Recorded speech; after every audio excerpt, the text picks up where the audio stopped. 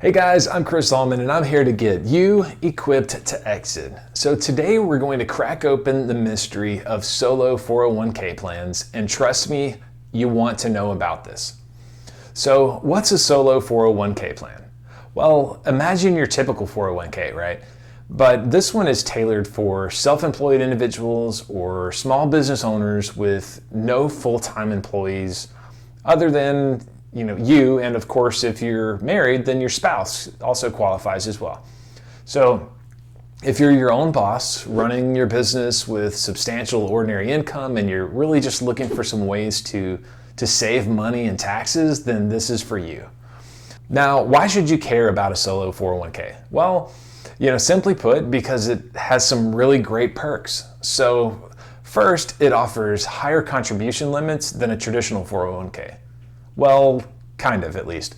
Since you're the employer and the employee, you get to put contributions in as both the employer and the employee, and then in the end, all of that money goes to you. So you're able to get more of a tax deduction on your overall income.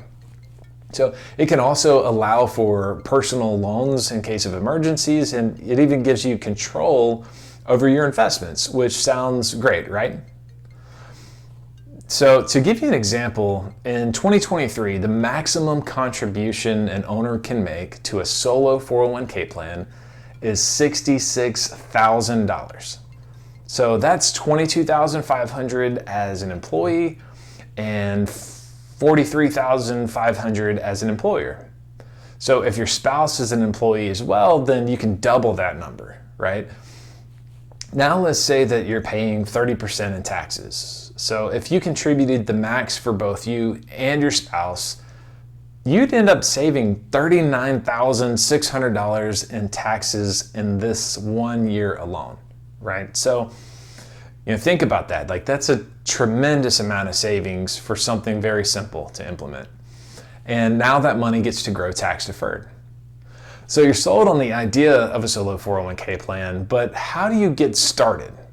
Well, first you want to make sure that you're eligible, which means that you're self-employed and you have no full-time employees, other than your spouse. Next, you want to choose a provider and a third-party administrator and sometimes they're the same, but you want to make sure that they're familiar with solo 401ks. And then after that, it pretty much runs like an IRA, except there are some additional reporting requirements and costs. But that's really where the provider or the TPA, third-party administrator, comes into place and will help make sure that you don't run afoul. And depending on the provider, the costs are typically pretty negligible compared to the tax savings that you're going to get. So finally, when should you get started? So one important thing to remember is that you should plan to start your solo 401k plan before December 31st of the year that you want the tax deduction and the savings. So to make sure that everything goes through and that you don't miss out, you really need to get started no later than October. So, all right, well, that's a quick overview of solo 401k plans. And, remember, everyone's situation's different. Solo 401k plan might not be for you. Maybe you want to consider a SEP IRA or some other type of plan. But, if you'd like to chat about it and just see what your options are, see what the benefits are of those plans, then feel free to schedule a free strategy call with me. That's on the screen now, and then I'll drop the link in the description below. I'd love to just chat with you and see what opportunities you might have. If you're not quite ready to talk, then just hit the subscribe button, turn on the notifications so that you get my weekly updates as you're planning your exit strategy. As always, I appreciate you taking the time to watch this video, and I look forward to talking with you soon.